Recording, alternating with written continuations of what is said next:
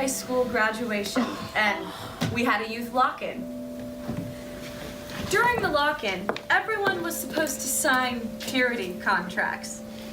My church did not believe in dating, hand-holding, or any sort of outward expression of interest towards the opposite sex.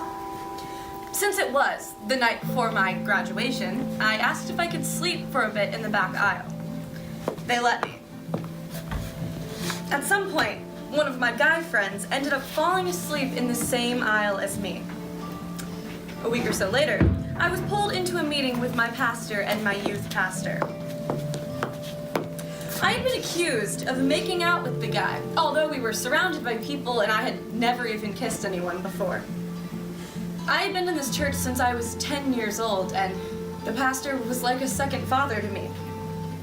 They told me there was no point in trying to deny it. They already knew the truth. I left the church, and years later, I found out that they hadn't even asked the guy about kissing me.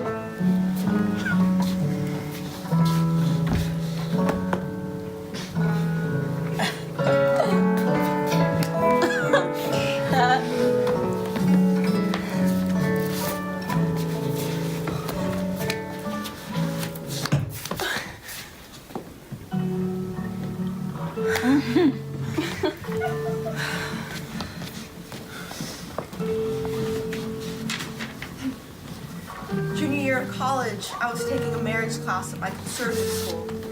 We were reading The Meaning of Marriage, and I just about threw the book across the room because I realized I didn't have the gentle and quiet spirit that was required of a godly wife. It was stuff like this that made me feel like I was bad at being a girl, like something was wrong with me and like I didn't belong. The next summer, my MK Christian boyfriend hit another nail in that coffin when he told me at the end of a hard fight that he didn't want a girl like me, someone who was competitive, who liked to lead and who was detail-oriented and analytical. We broke up shortly after, though I can't believe we didn't break up right then. Looking back, I think it was very strongly of the mindset that the wife should support the husband.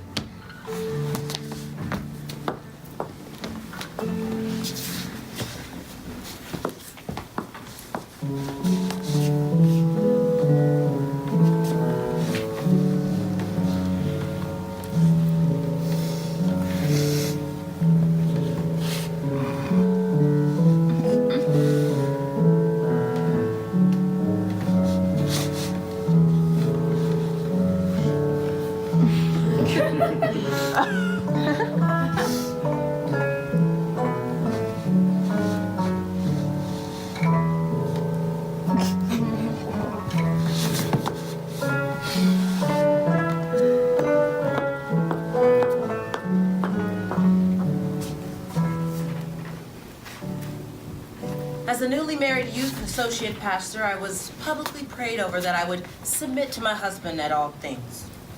After serving for 2 years in the ministry, a man was brought to our team that was the same level as me in our organization.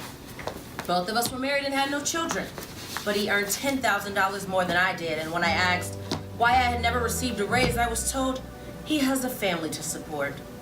His wife worked and my husband was unemployed. When our youth pastor left, I was asked to be the interim youth director. When I asked if this had any capacity of becoming a full-time role, the answer was no, because women could not hold pastorship roles in our church. After all this, I was brought on to serve at the church plant, where I basically acted as a third pastor. However, I was never allowed at the elder meetings, and I was not paid for any extra time I gave.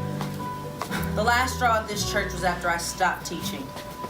I asked why no other woman had taught after me, and I was told, a woman will never teach here again because our people can't handle it. And it'd be like a black man teaching in the South during the 60s.